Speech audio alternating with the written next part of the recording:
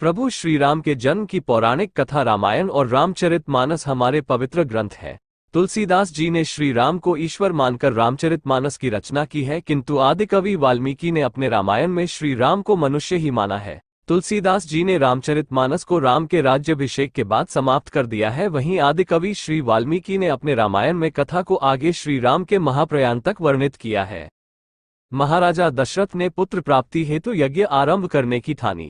महाराज की आज्ञानुसार श्यामकर्ण घोड़ा चतुरंगिनी सेना के साथ छुड़वा दिया गया।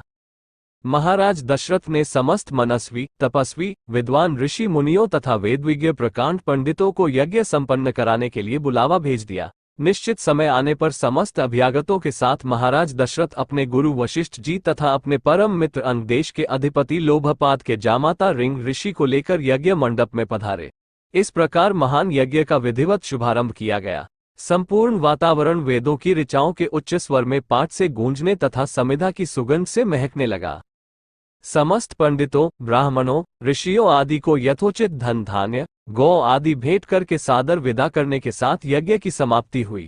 राजा दशरथ ने यज्ञ के प्रसाद चरा खीर को अपने महल में ले जाकर अपनी तीनों रानियों में वितरित कर दिया। प्रसाद ग्रहण करने के परिणामस्वरूप तीनों रानियों ने गर्भधारण किया।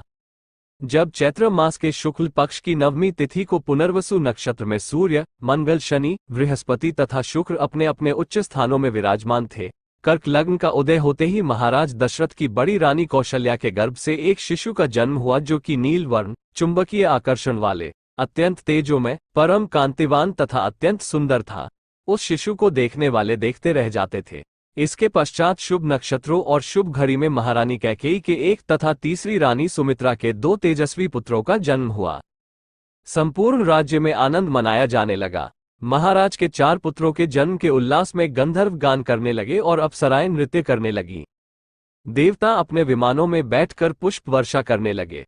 महाराज ने उन्मुक्त हस्त से राजद्वार पर आए भाट, चारण तथा आशीर्वाद देने वाले ब्राह्मणों और याचकों को दान दक्षिणा दी। पुरस्कार में प्रजाजनों को धन धान्य तथा दरबारियों को रत्न आभूषण प्रदान किए गए। 4 पुत्रों का नामकरण संस्कार महर्षि वशिष्ठ के द्वारा किया गया तथा उनके नाम रामचंद्र, भरत, लक्ष्मण और शत्रुघ्न रखे गए। आयु बढ़ने के साथ ही साथ रामचंद्र गुणों में भी अपने भाइयों से आगे बढ़ने तथा प्रजा में अत्यंत लोकप्रिय होने लगे। उनमें अत्यंत विलक्षण प्रतिभा थी, जिसके परिणामस्वरूप अल्पकाल में ही वे समस्त विषयों में पारंगत हो गए।